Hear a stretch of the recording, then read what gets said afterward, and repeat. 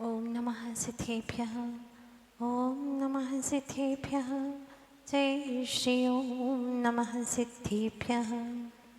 वन्दितु सर्वसिद्धे धूममलमणोवमङ्गतिं पते वोच्छामि समय पाहुड मिणमोसुत केवली भणिदम् मिणमोसुत केवली भणिदम् मिणमोसुत केवली भणिदम्।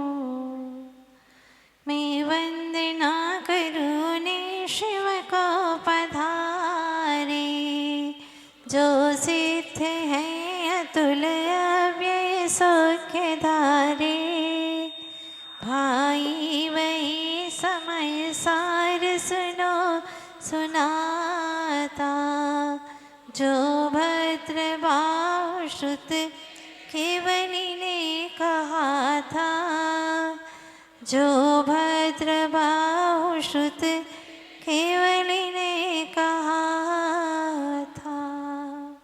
जो भद्रबाहु श्रुत केवली ने कहा था।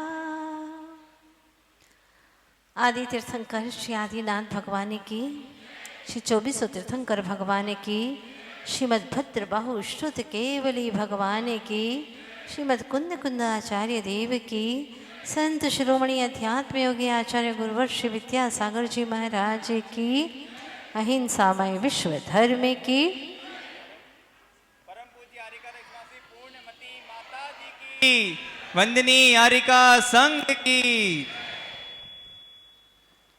भव्य जीवों, ये न्याय है कि जो अपना है वो अपने से भिन्न कभी हो नहीं सकता।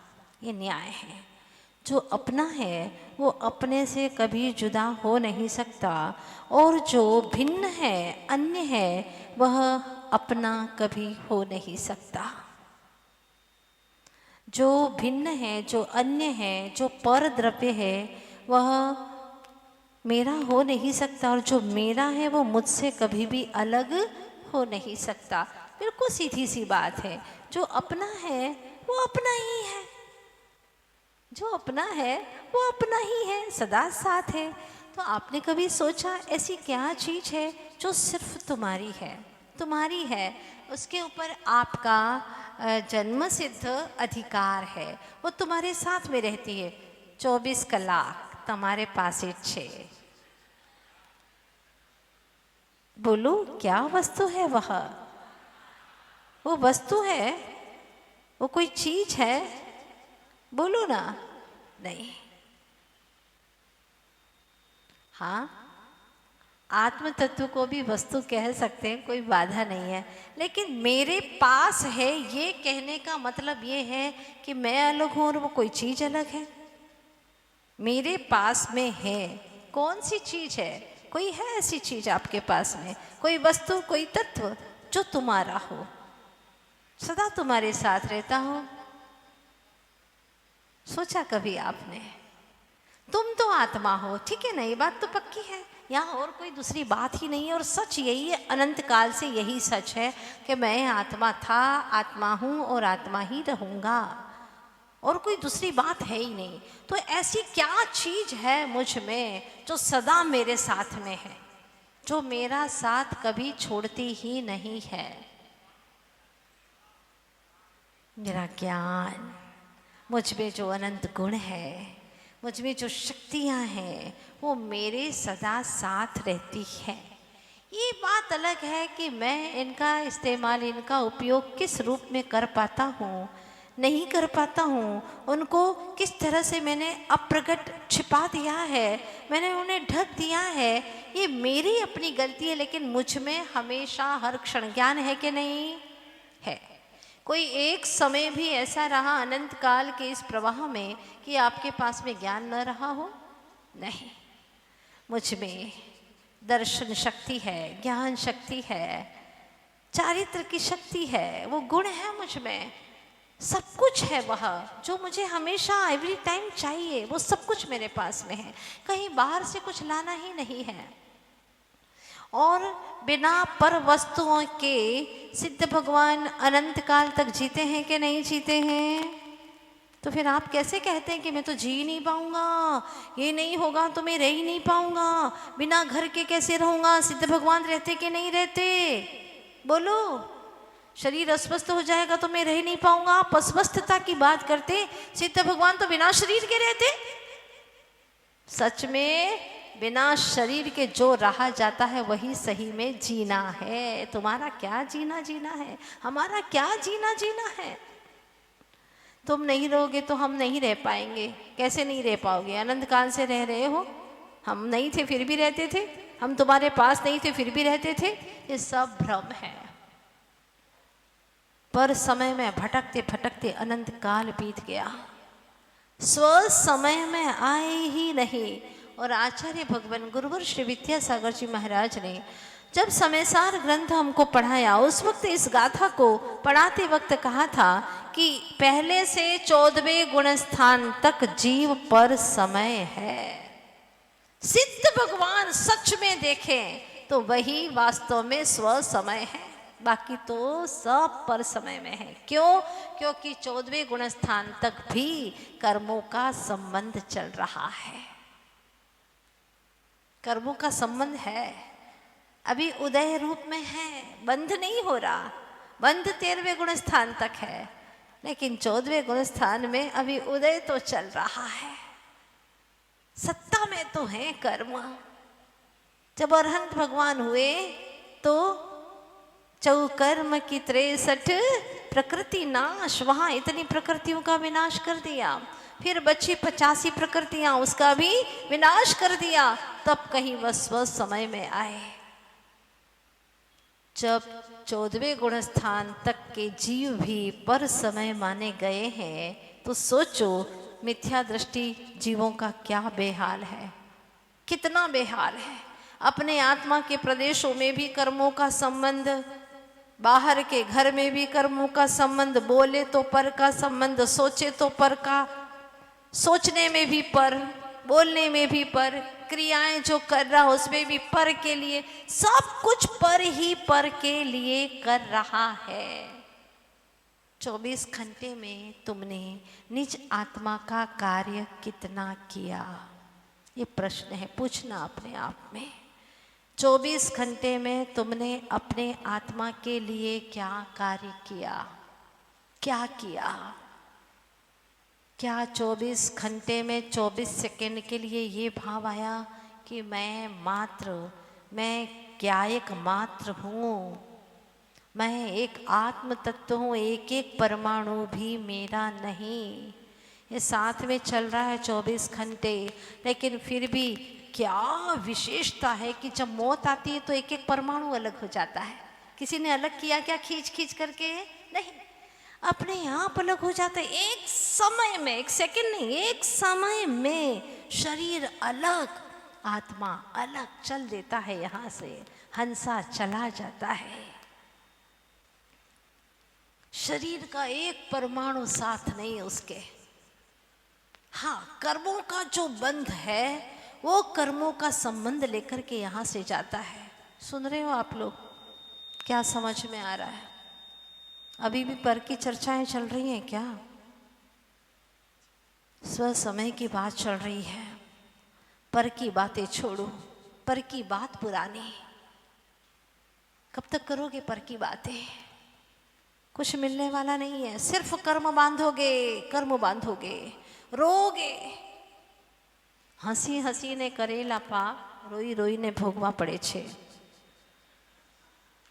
हाँ, ध्यान रखो, समझो। અને આચાર્ય ભગવંત કહે છે કે જે કર્મને સમજે, જે કર્મને સમજે છે એને કોઈ ધર્મ સમજવાની જરૂરત નથી।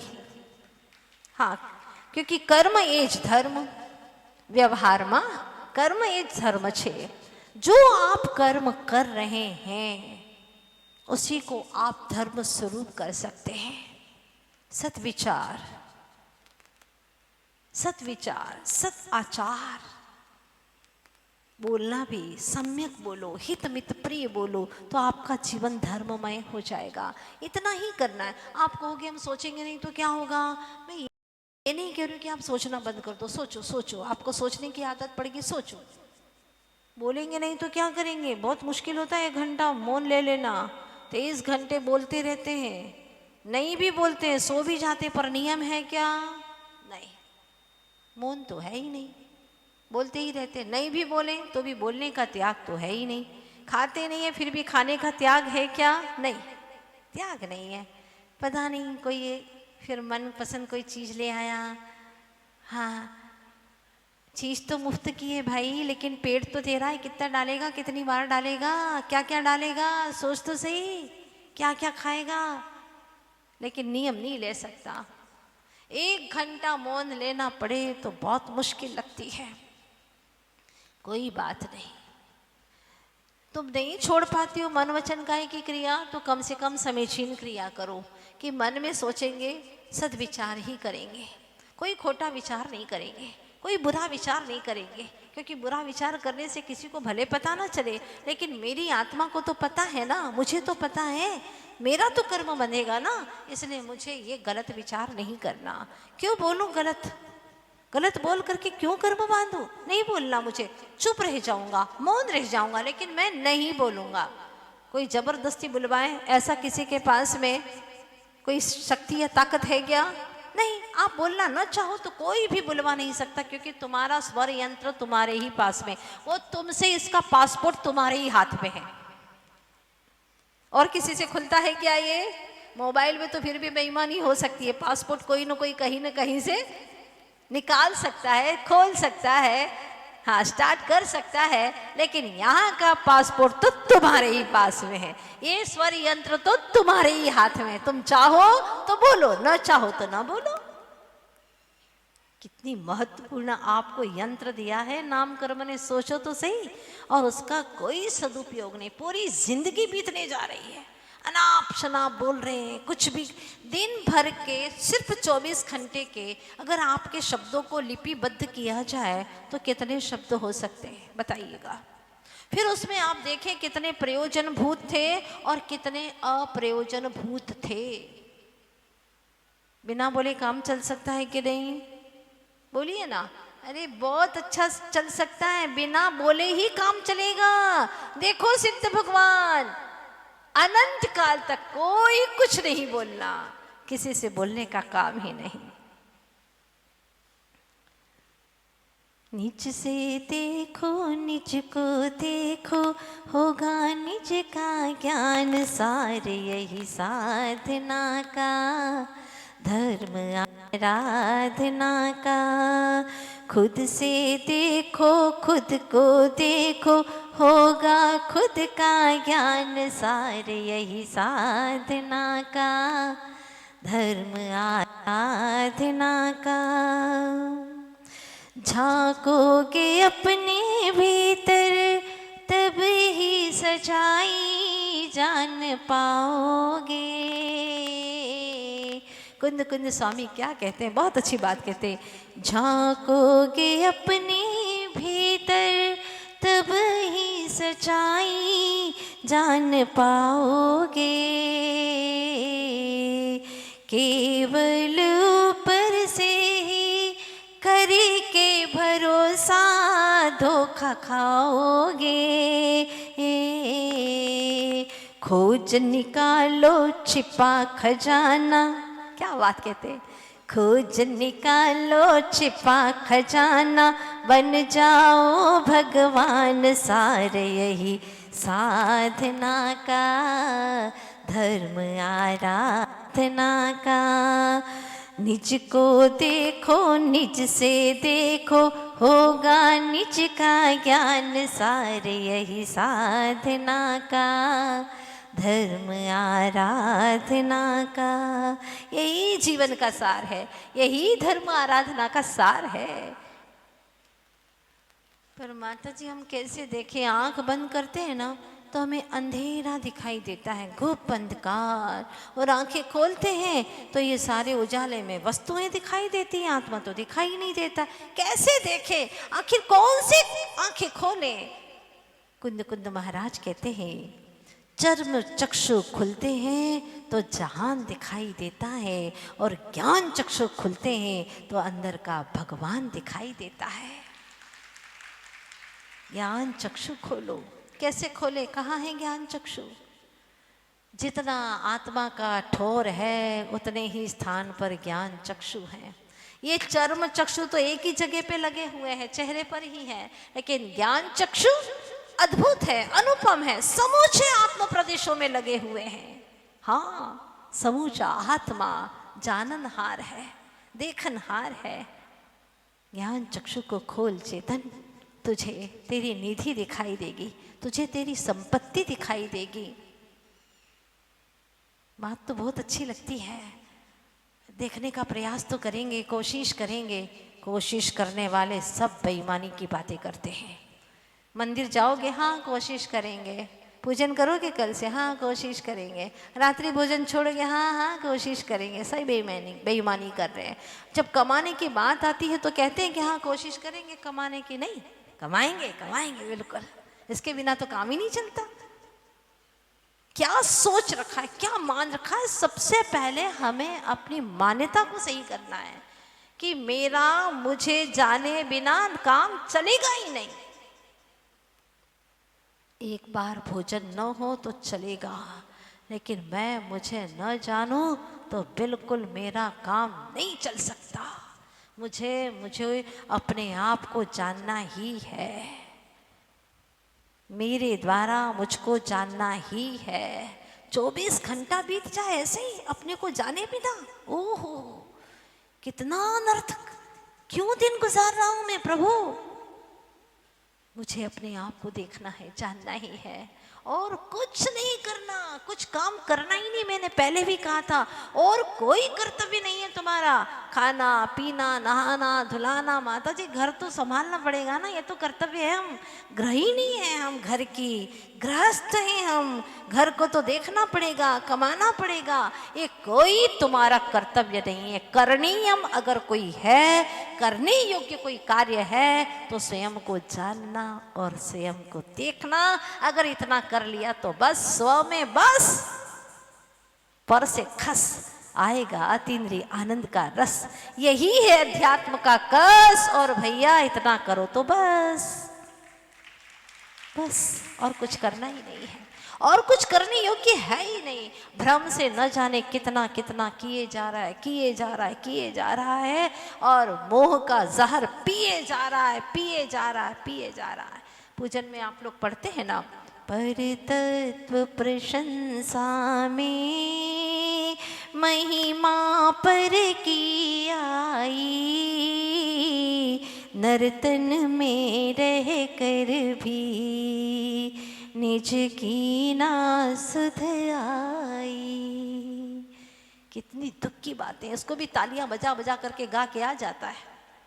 हाँ, झांझर मजीरे बजाता, खूब ढोल धमाके, पता ही नहीं चलता क्या गाया, क्या भाव भासना हुई, कुछ पता नहीं। पूजन करके आ गया, एक द्रव्य, एक थाली का द्रव्य दूसरी थाली में छोड़ दिया, हो गई पूजन। लेकिन पुण्य धातु पवित्रीकरणे, जो आत्मा की पवित्रता होना चाहिए, वो तो रत्ती भर नहीं हुई। क्या हो गया प्रभु मुझे, क्यों इस तरह के काम कर रहा हूँ? मनुष्य हूँ, जैन कुल में आया हूँ, सद्बुद्धि मिली है, मुझे बुद्धि मिली है, उसका समीचीन उपयोग नहीं कर पा रहा। क्या हो गया मुझे? क्या जीवन मेरा बीत रहा है पशुओं की भांति? नहीं प्रभु, मुझे जागृति चाहिए। सुषुप्त चेतना को जगाना है, अभी इस वक्त जगाना है। अभी नहीं तो कभी, कब जगाऊंगा मैं? सबसे अच्छा शुभ मुहूर्त आ गया है चेतन तेरे जीवन का। उत्तम चौघड़िया, उत्तम मुहूर्त, सर्वार सिद्धि योग, अमृत सिद्धि योग आ गया है। किसी से पूछने मत जाना, उत्तम मुहूर्त है।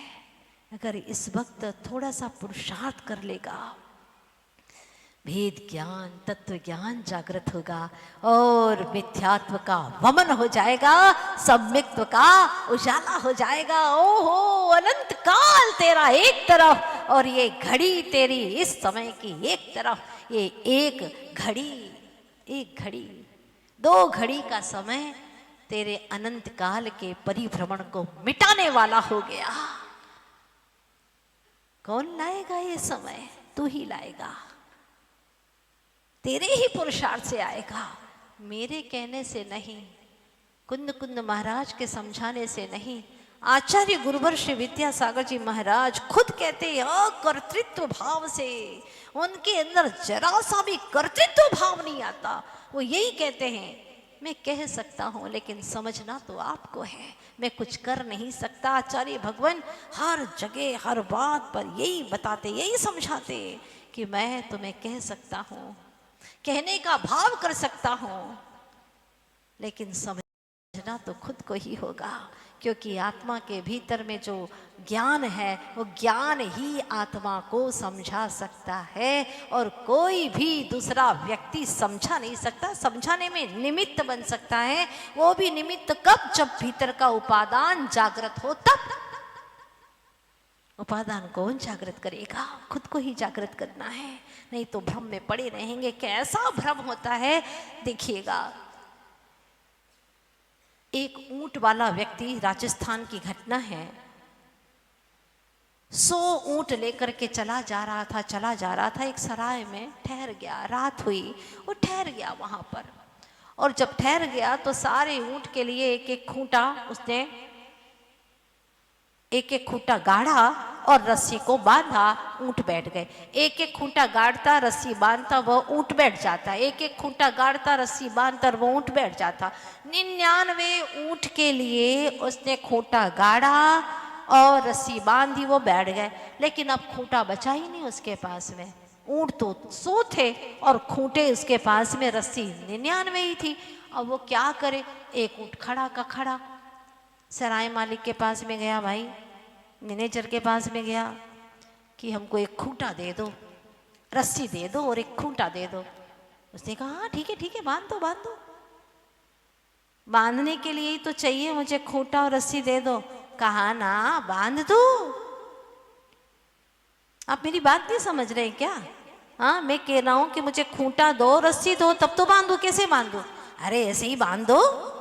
ऐसे कैसे बांध दो? कहा ना तुमसे ऐसे ही बांध दो तुम। मतलब समझ जाओ, वो ऊंट है ना, तुम इंसान हो तो जरा समझो। तुम इतना भी नहीं समझते, ऊंट समझदार है, तुम कुछ नहीं समझते। मैंने कहा ना ऐसे ही खूंटा गाड़ दो और ऐसी ही रस्सी बांध दो। अच्छा ठीक है। कई बार बातें बहुत देर के बाद में या समझ में आती है। आपको समझ में आई कि नहीं आई? हाँ आ गई, अब धीरे से आ गई। ठीक है समझ गया मैं। और वो गया, उसने खूंटा गाड़ने के लिए ऐसा एक एक्टिंग की कि खूंटा गाड़ रहा है, पत्थर से उसने आवाज करी, वैसी आवाज आई, वो समझ गया कि मेरे लिए भी खूंटा गड़ रहा है और रस्सी बांधने की एक्टिंग कर दी। और वो जैसी एक्टिंग हुई और वो हटा, ऊंट नीचे बैठ गया। रात भर ऊंट बैठे रहे वहीं पर। सवेरे एक एक का खूंटा उसने खोला, रस्सी खोली, ऊंट चलते बने। अब 99 खूंटे तो खोल दिए उसने, तो 99 ऊंट तो चले गए, पर एक ऊंट बैठा रहा। अब वो फिर गया सराय के मैनेजर के पास में और पूछा उसने कि साहब समझ में नहीं आ रहा है, ऊंट तो खड़ा ही नहीं हो रहा। खड़ा कैसे होगा? जब तक खूंटा खोलोगे नहीं, रस्सी तुम खोलोगे नहीं, गांठ नहीं खोलोगे, वो कैसे खड़ा होगा? तो खोलो क्या, जब बांधा ही नहीं है तो कैसे खोलो? उसने कहा जैसा बांधा था वैसा खोलो, जैसा बांधा वैसा खोलो तो ऊंट खड़ा हो जाएगा, चलता बनेगा, देख लो आजमा करके।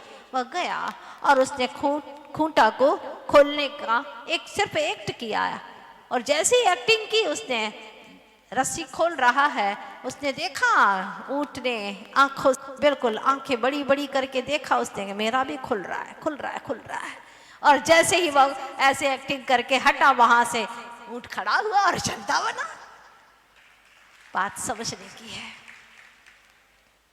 भ्रम में पड़ा जी, भ्रम की खूंटी तोड़ने से ही उसका भ्रम टूटेगा, और जब तक भ्रम नहीं टूटेगा तब तक निज ब्रह्म की उपासना नहीं होगी, निज ब्रह्म का दर्शन नहीं होगा।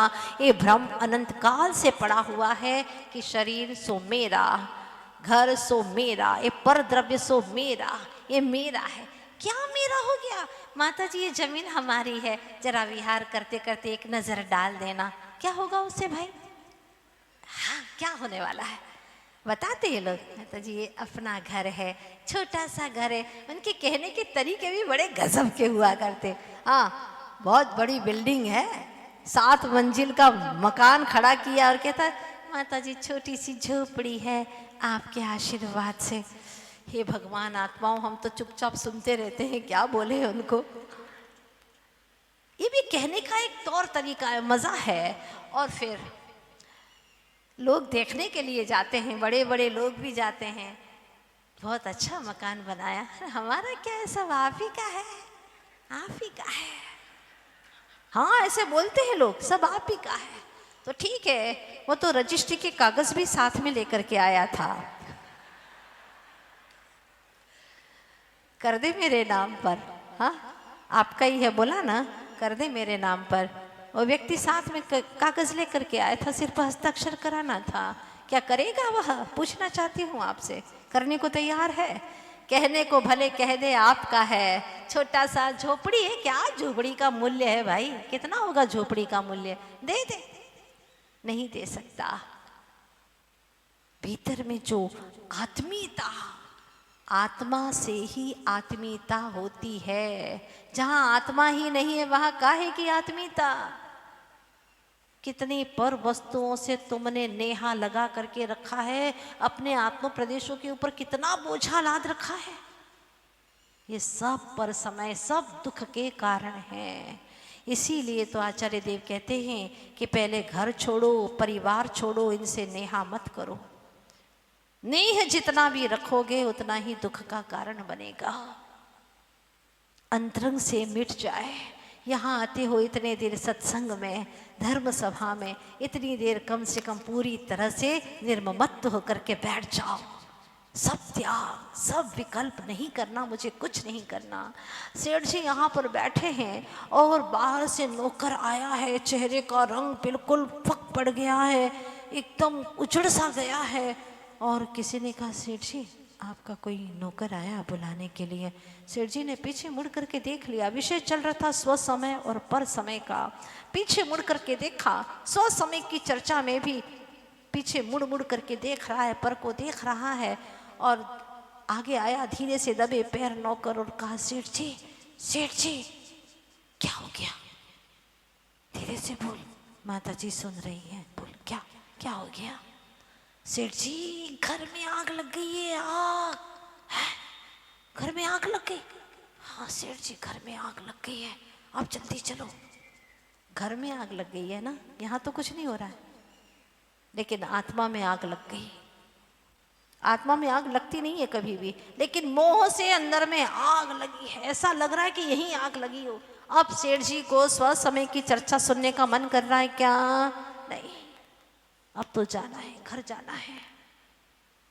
अब मन नहीं लग रहा, मन वहीं पर लग गया जहां इस जीव की रुचि है, जहां अपनापन है, वहां पर उसका मन लग जाता है। ये तो पता नहीं कौन से जन्मों का पुण्य उदय में आया है जो तुम भव्य जीवों को यहां मन लग रहा है। सच में, सच कह रही हूं, आपके मन में ये आवाज आती है कि नहीं? कई जन्मों का पुण्य उदय आ गया है जो आप समय सार जैसे ग्रंथ राज को श्रवण करने के लिए बड़ी आतुरता से यहां पर आते हैं और पिन ड्रॉप साइलेंट सुन रहे हैं। मेरी कथा चल रही है, आत्म कथा चल रही है। ओहो, आज तक राजा रानी की, सेठ सेठानी की बहुत कथाएं सुनी, लेकिन आत्म तत्व की कथा नहीं सुनी। ये कथा श्रवण करने का अपूर्व अवसर आ गया है। और इतनी रुचि, बिफोर टाइम आकर के बैठ जाते हैं आत्मबोध शिविर वाले, बिफोर टाइम आकर के प्रतीक्षा करते हैं। वरना देखा जाता है कि पहले प्रवचनकार आते हैं, इसके बाद में श्रवण करने वाले आते हैं। धीरे धीरे हाथ हिलाते आते हैं अंतिम अंतिम तक। पर यहाँ उल्टा हो रहा है। ये है अंतर रुचि की बात जचने लगी, प्रभु वाणी अच्छी लगने लगी, भगवान की वाणी अच्छी लगने लगे, समझ लेना कि संसार का किनारा नजदीक आ गया है, भीतर के कर्मों के बंधन टूटने लगे हैं। ओह भाग्य है, कई जन्मों का सातिशय पुण्य उदय में आ गया, तभी तो ये जनवाणी की गाथा कुंद कुंद स्वामी के द्वारा लिखी गई। क्या गाथा है? जीवो चरित दंसण नाणठी दो तम ही ससमयो जान, पुगल कम वदेस ठियम च तम जान पर समयम। बोलिए, जीवो चरित दंसण।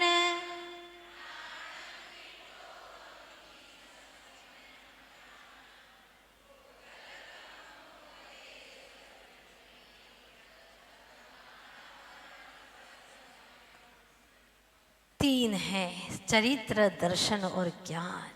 जैसे देश का ध्वज तिरंगा लहरा गया था, अगस्त आ रहा है, 15 अगस्त, हाँ लहरा गया था। क्यों? क्योंकि स्वतंत्रता की प्राप्ति हो गई। ओहो चेतन, तेरा तिरंगा ध्वज कब लहराएगा? तुझे कब अष्टकर्मों से मुक्ति मिलेगी? कब तुझे स्वतंत्रता हासिल होगी? स्वाधीनता कब प्राप्त होगी तुझे? ये तिरंगा, चरित्र, दर्शन और ज्ञान। दर्शन, ज्ञान और चरित्र। तिरंगा, दर्शन, सम्यक दर्शन केसरिया रंग का प्रतीक है। हाँ, हमारे जैन दर्शन में केसरिया का बहुत महत्व है। कितने गीत बने हैं केसरिया का। केसरिया केसरिया आज हमारो रंग केसरिया, बहुत सारे भजन बने हैं। केसरिया रंग सम्यक दर्शन का प्रतीक है, नींव है, बुनियाद है। यह इसके बिना मुक्ति का मार्ग का शुभारंभ ही नहीं होता। और दूसरा है सम्यक ज्ञान, जो कि सफेद रंग का प्रतीक है। और तीसरा है चारित्र, जो कि हरे कलर का प्रतीक है। तिरंगा भी इन तीन रंगों से युक्त होता है। कौन कौन सा? केसरिया, सफेद और हरा।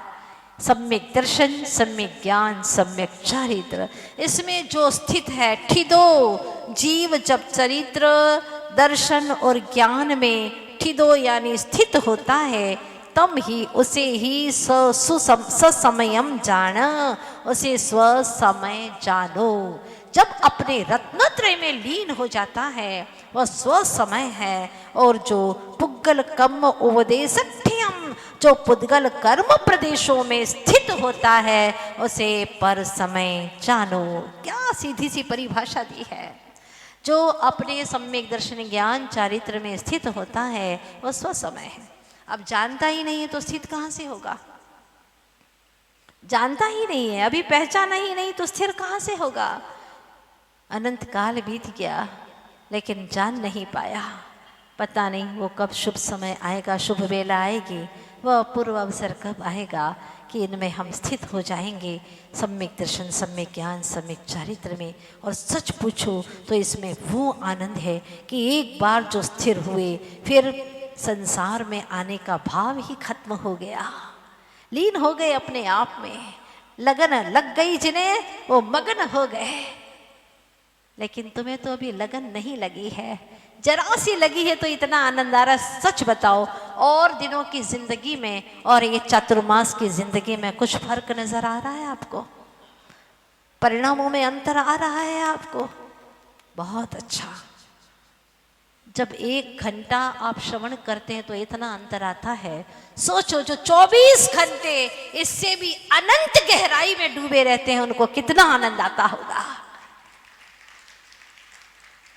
जब आपकी चेतना इतना जरा सा बूंद जितना भी रस मिलता है तो आपको लगता है चलो भाई दौड़ो, जल्दी से चलो, कहीं स्टार्ट ना हो जाए, ये लगता है। तो जिन्हें 24 घंटा इससे भी अनंत गुना परम रस का आनंद आ रहा हो, सोचो वो बाहर में कहाँ जाएंगे, क्यों जाएंगे, क्यों बोलेंगे, क्यों वार्तालाप करेंगे। अद्भुत बातें हैं स्व समय की। वो क्षण हमारे जीवन में बना रहे, वो हमारे जीवन में भी आए, ऐसी भावना करते हैं। वैसे जीवन के क्षण बहुत कम हैं और उसमें भी मौलिक क्षण को हम ला सकते हैं। फिर ध्यान रखिएगा, निज से देखो निज को देखो, खुद से देखो खुद को देखो, होगा खुद का ज्ञान। यही हमारे जीवन का सार है, सार यही साधना का, जीवन में यही साधना का सार है, धर्म आराधना का यही सार है कि बस खुद को देख सके, शांत बन करके कुछ भी बातें हो जाएं 24 घंटे से ज़्यादा नहीं रखेंगे। चलिएगा, 24 घंटे बहुत हो गए, कुछ भी बात अभी तक हुई हो इस जीवन की, 24 घंटे से ज़्यादा वेर नहीं रखेंगे, मतलब नहीं रखेंगे। घाटा किसको है, सामने वाले को या खुद को? बोलो ना। गंदगी किसके घर में बढ़ रही है, दुर्गंध किसके यहाँ से आ रही है? खुद के। जो अपने घर में गंदगी करे, दुर्गंध फैलाए, वो अपने घर का दुश्मन है कि नहीं? बोलो, सीधी सी बात है। तो अपने साथ में दुश्मनी बंद करो। जो कुछ भी अभी तक हुआ है उसको 24 घंटे के अंदर भूलना ही भूलना है, और आज से तय कर लो जो कुछ भी होगा 24 घंटे में भूल जाएंगे। सास बहू के हो, चाहे बाप बेटे के हो, चाहे तुम्हारे घर में किसी के भी हो, सब भूल जाओगे। अपने स्वयं के लिए, अपने स्वयं की बर्बादी से दूर होने के लिए, अपनी बर्बादी को मिटाने के लिए मैंने एक संकल्प तय कर लिया है, ये ठान लिया है कि मैं अब अपने आप को बर्बाद नहीं करूँगा। ठीक है, बहुत छोटी छोटी सी बातें हैं लेकिन चोटी तक पहुंचाने वाली है। कोशिश करेंगे, प्रयास करेंगे। क्या करेंगे? फिर से बोलो, प्रयास करोगे, कोशिश करोगे। आज ही मैंने बोला कोशिश करने वाले सब बेईमानी कर रहे हैं। अपने साथ बेईमानी नहीं करना, बिल्कुल तहे दिल से नहीं, मुझे ये करना ही करना है, भगवान बनना है, इतना बड़ा मैंने लक्ष्य बांधा है, तो छोटी छोटी बातें तो मेरे जीवन में आएगी ही आएगी। आना चाहिए, मैं लाऊंगा, कोशिश करूंगा, ऐसी बातें नहीं करेंगे, मायूसी की बातें नहीं करेंगे, मजबूती की बातें करेंगे। ये समय सार ग्रंथ मिला है आपको, कुछ तो करिए, अपने जीवन को बहुत अच्छा और आदर्श बनाने का पुरुषार्थ करेंगे। ओ चैतन्य चिदानंद धाम